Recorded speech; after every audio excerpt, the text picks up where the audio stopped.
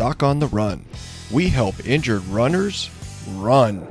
Today on the Doc on the Run podcast, we're talking about why injured runners need a goal race.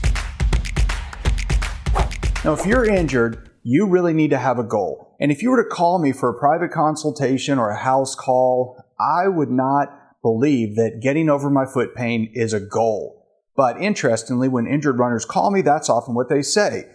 The thing is, when you sign up for something like a race, it's really easy to get motivated. It's easy to decide on your training plan and just get to work. But when you have a running injury, when you have pain, when you're limping, everything just seems more difficult. It's also a lot more difficult to stay on track, get motivated, and get past the little bumps in your recovery that inevitably pop up if you're doing all the stuff that you can do to maintain your running fitness while you're injured.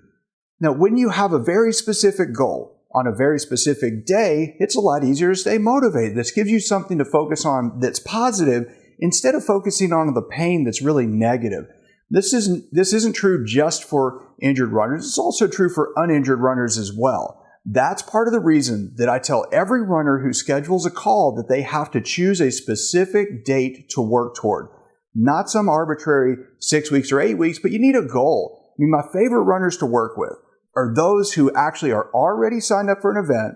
They get an injury. They're told by some doctor that they can't do the race, and then I help them figure out how they actually can maintain their running fitness, get past the injury, and make it through that race in one piece. That's really gratifying because it makes you think you achieved something you really couldn't. Well, the fact is that you can if you understand how to reduce the stress and strain on the tissue and maintain your running fitness in most cases. Now, that doesn't mean this is a license for you to just go and run off and do a race if you have an injury and you haven't really assessed it and you haven't figured out what's going to make it okay to do that. You've got to take some very specific steps.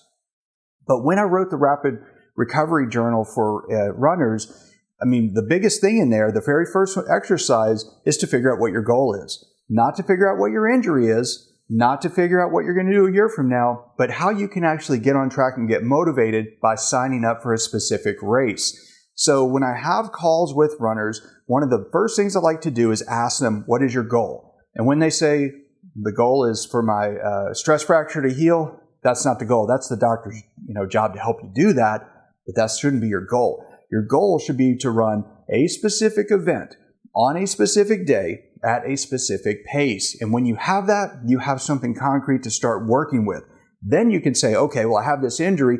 How can I get stronger today to work toward that goal on that day? When you have a timeline, it will go faster, I promise, but it's crucial that you have a goal. So if you want to get into rebuilding mode, if you actually want to get back to training faster, if you want to get back to running faster, you got to pick a goal. Now, if you're not sure what to do, if you're really confused, one of the things might help you is a thing I designed specifically for runners who are confused about what the next step should be.